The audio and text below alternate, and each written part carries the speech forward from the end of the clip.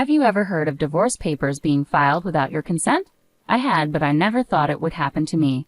I was relieved I divorced someone with no money and sick, until I received such an email while hospitalized from the stress of my husband's infidelity.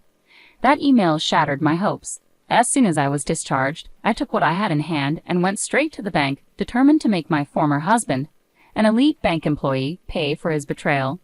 My name is Courtney, a handmade artist. I was married to Tom for 6 years. We met as colleagues at the bank and were happy together, but things changed in the last 6 months. Tom started coming home late and became glued to his phone. He used to talk inside the house, but then he began going out to his car for calls. Suspecting an affair, I hired a detective agency after much deliberation. It cost some money, but I thought it was worth it for peace of mind. A month after hiring the agency, I found out about Tom's affair. His lover was Michelle, a teller at the same bank. The report included photos of them entering a hotel, kissing on the street, and enjoying meals together. Despite the evidence, I couldn't give up on Tom. I believed his affair was a moment of folly and that he would return to me. I changed my hairstyle, put on makeup, cooked with more effort, and always smiled, but all my efforts went unnoticed. Tom stopped touching his food, which increased my stress. I had resolved not to confront him, but seeing him happily leave the house on the phone every day made it impossible to hold back. You seem busy lately, getting a lot of calls. Is work so demanding that you need to handle it even after you come home? Yeah, he replied. You quit the bank to marry me after working there for about 2 years, right? You might not understand, but it's a busy season now. It's easy for you, isn't it? No busy season, no earnings, just a leisurely life as a handmade artist. Tom laughed in a way that mocked me. The Tom I knew would never have said such things about my work or laughed at me like that. He used to praise my pieces and support me through late-night work sessions. You don't have to say it like that. I might not be as busy as you, but I take my work seriously. I'm not living leisurely at all. I don't know how much you're earning, but it's definitely less than me, right? I'm paying half of everything, rent, utilities, living expenses, so you can live. It's tough being a woman with no earning power. You wouldn't survive if I divorced you. What kind of thing is that to say? I make enough to cover my share, but that's not the point right now. Do you want to divorce me? Unable to control myself after hearing the word divorce from Tom, I started crying uncontrollably. Tom sighed, annoyed, and left the living room, telling me not to cry over every little thing. Tom's attitude towards me grew colder. The next day, he completely ignored me, not even meeting my gaze. Despite the situation, I kept wondering how we could return to being the happy couple we once were. The immense stress led to sleepless nights and spontaneous tears. Unable to bear it alone, I met with my high school friend Sophia for advice. Sophia, still single, was a successful career woman. Tearfully, I shared my feelings with her, feelings I couldn't share with anyone else. Tom is completely infatuated with Michelle. He comes home later and later. I don't know what to do anymore. Do you still love your husband, Courtney? Do you want to get back to how things were before? Sophia asked. I honestly expressed my feelings. It's stupid, but I still love him. I don't want to give up, but everything is so hard. Just then, I started coughing violently and bent over. I've had asthma since before, and it had worsened due to the stress from my relationship with Tom. I took out my inhaler, but I was coughing so much that I couldn't inhale at all. The relentless coughing made me suffer unbearably. Unable to remain seated, I collapsed onto the floor. Courtney, are you okay? Please, someone call an ambulance. Sophia called out desperately, but I couldn't respond and lost consciousness.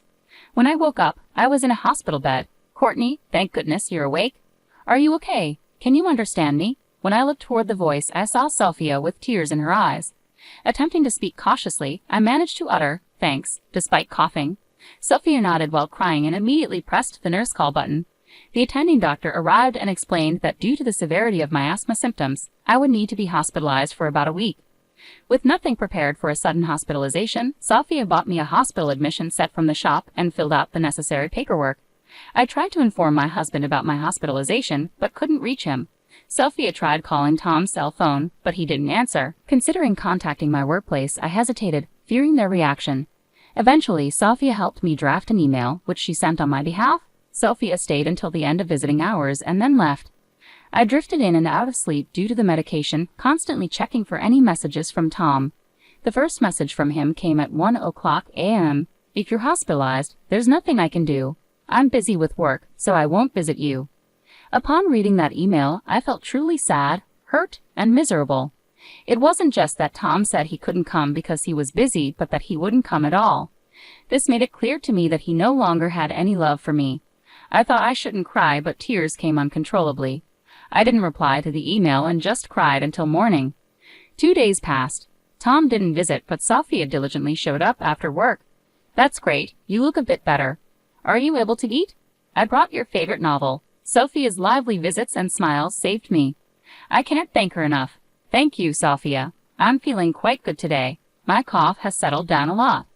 The doctor said he might discharge me in about 2 more days. Sophia was really happy and started planning for us to go out and eat something healthy after my discharge. As Sophia and I were discussing where to go, I received an email notification. The subject line read, "Glad I divorced a broke, sick person." Reading the email from Tom over and over, I couldn't understand its meaning and just froze with my phone in hand, my heart racing and my mind in turmoil. You don't earn much, do you?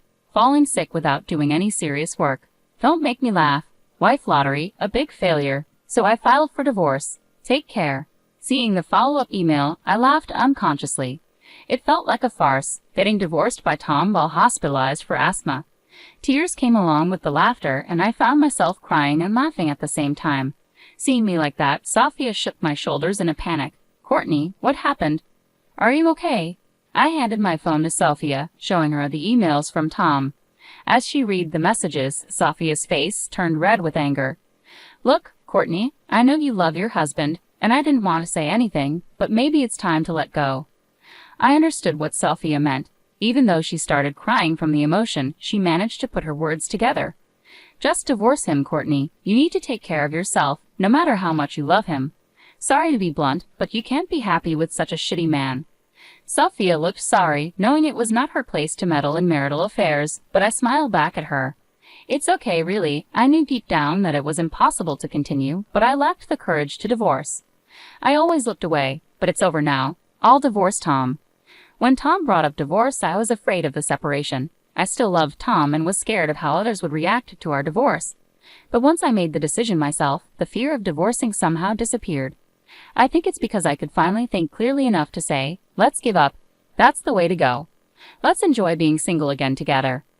Yeah, I feel so much better. Thank you, Sophia. Having you here, I'm really grateful.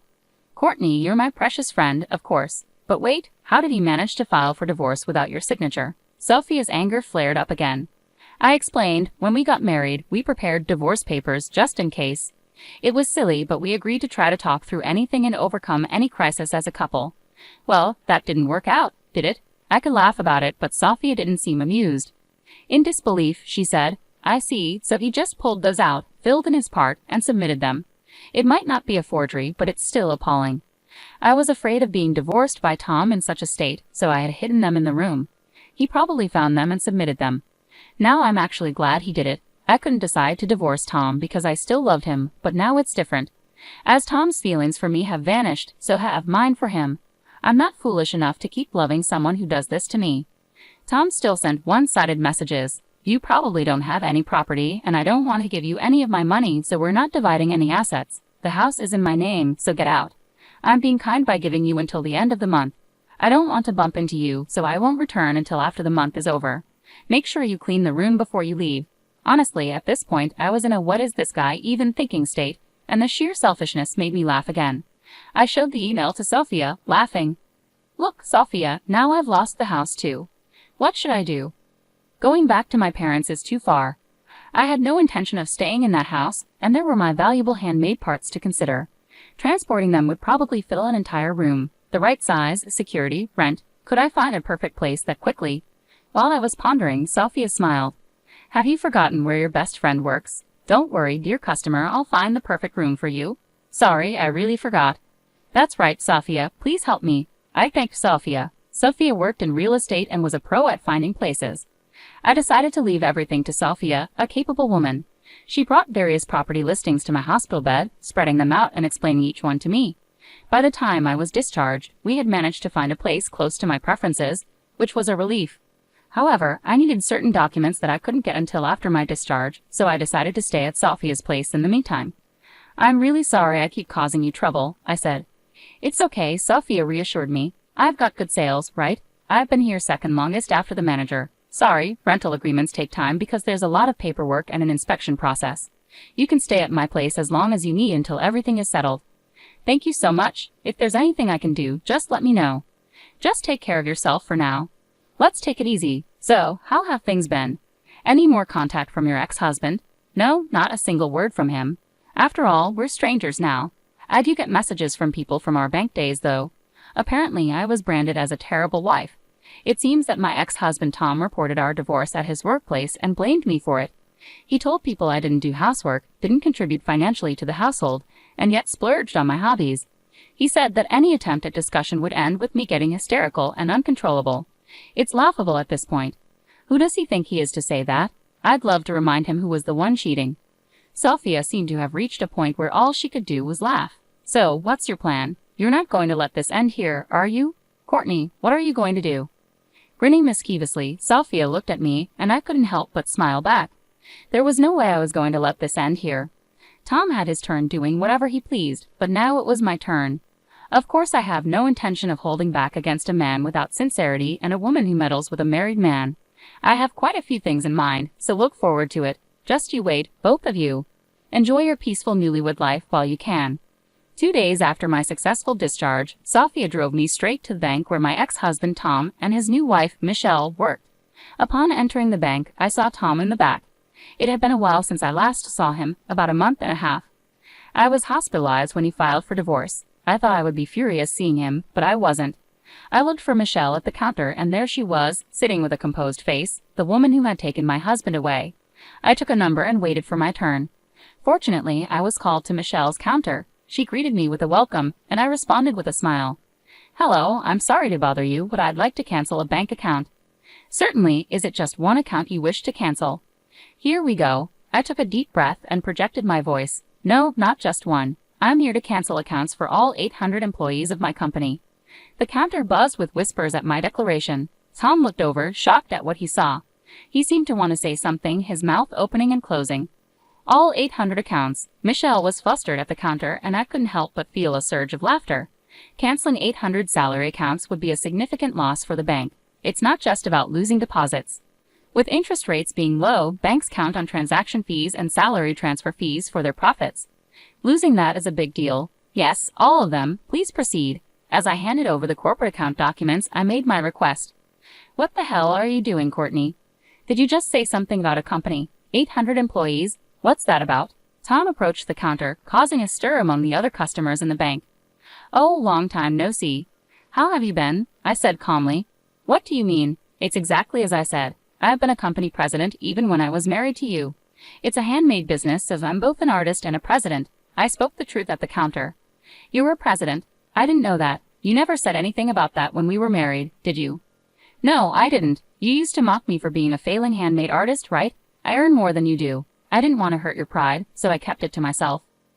Michelle, who had no idea who I was, looked at me in shock. She whispered softly, wondering if I was really the person she thought I was. Hello, I'm his ex-wife. Please proceed with the cancellation quickly. Tom and Michelle were frozen, not knowing how to react to the unexpected situation. Then I heard a familiar voice. Miss Courtney, it's been a while. You seem well. There stood Mr. Johnson, my boss before. When I married Tom, he was a strict person, and many of my peers found him difficult. But I liked him. He was as strict with himself as he was with others. When I got married to Tom, Mr. Johnson tearfully wished me happiness. Mr. Johnson, it's been too long. You look well, I said, momentarily forgetting why I was there, happy to see Mr. Johnson. Yes, I'm doing well. Tom told me about the divorce, and I've been worried about you. It seems you've been through a lot. How about we talk in the back room while we wait? Of course. These two and I will be there, I said, glancing at Tom and Michelle. Mr. Johnson's gaze was sharp, likely because of my divorce and Tom's remarriage to Michelle. Their faces, which were red a moment ago, turned pale. They seemed to be having a busy day, changing colors like that. I don't mind at all. I'd love to catch up with you, Mr. Johnson. Great. Let's go to the reception room on the 3rd floor. You two, come along, he said. We headed to the 3rd floor where the customer reception room was located. Mr. Johnson opened the door for us, and we entered and took our seats. It's really been a long time, Mr. Johnson. I feel regret for meeting under these circumstances. I spoke honestly, and Mr. Johnson smiled back. No worries. I was surprised by the situation, but I'm glad to see you're doing well. I was shocked to hear about the divorce from him, and even more so about his quick remarriage. Mr. Johnson glanced at Michelle and continued, and I don't believe the divorce was your fault, as he claimed. Wait a minute, Mr. Johnson. Are you implying that we're to blame? Tom interjected. Is that not the case? If I'm wrong, I apologize. But you see, I've known Courtney for several years. She was always organized, the most meticulous when it came to cleaning. And if I recall correctly, she used to bring homemade lunches every day, right? Mr. Johnson's precise recollection of these details made me feel appreciated for my efforts. Not doing housework, not contributing financially to the household, but spending on hobbies and becoming hysterical during discussions. That's what you've been spreading around as the reason for divorce. But Courtney is not like that. Hearing Mr. Johnson defend me so firmly brought tears to my eyes. It felt overwhelming to have someone who understood, but that's the truth. Tom insisted. You only know her from a work perspective, and you might suspect we had an inappropriate relationship, but that's not true. Yes, that's right. I never cheated, Michelle added. I just couldn't stand seeing Tom so down after his divorce, and while I was cheering him up, he proposed. Michelle said, tears streaming down her face like a tragic heroine. Their blatant lies in front of Mr. Johnson were infuriating. Ridiculous. I was the one who was hurt. I took a document about the thickness of a notebook from my bag. Would you like to see this, Mr. Johnson? You two can look as well. Oh, but perhaps there's no need. You're probably well aware of what's in it. I handed over the investigation report from the detective agency to Mr. Johnson. He took it, smoothly dodging Michelle's attempt to grab it with a scream. Sit down and be quiet, Mr. Johnson commanded sternly. Michelle shrieked and clung to Tom. What is this? You said your wife was too stupid to notice anything. This is not what you told me, Michelle exclaimed. It's not like that. She really is stupid. I never thought she would do something like this, Tom stammered. Calling people stupid too much, aren't you? I was about to retort when Mr. Johnson's furious shout exploded. The idiots here are you two. Cheating on your wife, Tom, and you, Michelle, getting involved with a married man and playing the victim. You two are the offenders and Courtney is the victim. Thank you for saying everything I wanted to say. It feels refreshing. But may I add something? Of course, say it. I won't stop you, Mr. Johnson replied, his strong support empowering me. He nodded at me vigorously and began reading the report with intense focus, his frown deepening. You called me stupid, but do you think a stupid person can run a company? It turns out you were the one with the lesser income. How much was your salary again? $100,000? That's plenty. Tom was so proud of his $100,000 salary, which seemed hilarious to me. Michelle nodded along, seemingly proud as well. Is that so? Well, it's not bad, but mine is $400,000. I have 800 employees, and it's only our 4th year in business. The handmade business you look down on. I started a company with my friends. $400,000. $400,000. Tom and Michelle's faces were priceless. The information that the person they underestimated was actually a company president earning $400,000 was too much for them. Yes, business is booming, so we're planning to hire more staff. I thought it would be beneficial to have our employee accounts with your bank, but there's no need to be considerate anymore. So I'm canceling them all. Wait, just wait a minute. If you cancel, the bank's deposits will decrease. Having salary accounts means potential for housing mortgages and such. It's a big loss for the bank if you cancel, Tom stammered, seemingly forgetting that I used to be a bank employee and that this was basic knowledge for anyone in the field. Yes, I'm aware. It's basic knowledge for a bank employee, isn't it? Are you underestimating me? Why should I be considerate of an ex-husband who cheated and filed for divorce while his wife was hospitalized with asthma? And these two seem to forget something crucial. I made sure to remind them, and you had an affair within the bank. Do you really think you can continue on the elite path as if nothing happened? You too, Michelle? By the time I looked at Michelle, she had already started crying. Tom, looking down in frustration, suddenly prostrated himself. Please, I'm sorry. Forgive me. It was just a fling, you understand, right? She came on to me strongly, and well, I just went along with it. Michelle screamed at Tom's words. What do you mean by that? Am I the one to blame? You're the one who said there was no love left for your wife, that things weren't working out. Michelle clung to and shook Tom. The drama unfolding before me was so cheap that I couldn't help but laugh. Ridiculous. Utterly ridiculous. Are you kidding me? What value does such a prostration hold, especially when you have no value to begin with? Mr. Johnson took over, his voice dripping with disdain. Exactly. Having seen incontrovertible evidence, I'll make sure you are punished accordingly. Your affair has led to the bank suffering the disadvantage of a mass account cancellation. You seem well aware of the disadvantages of account cancellations, so I assume you have no objections to the punishment. As Mr. Johnson posed the question, Tom could only hang his head low while Michelle cried out loud. I wish they would stop playing the victims until the very end. Leaving their fate in Mr. Johnson's hands, I left the room. By the time our conversation ended, the account cancellations had been completed, and I left the bank feeling refreshed. Later, Mr. Johnson informed me that both had been dismissed for their misconduct. Their affair had resulted in a significant loss of accounts for the bank, which was deemed to have a substantial negative impact.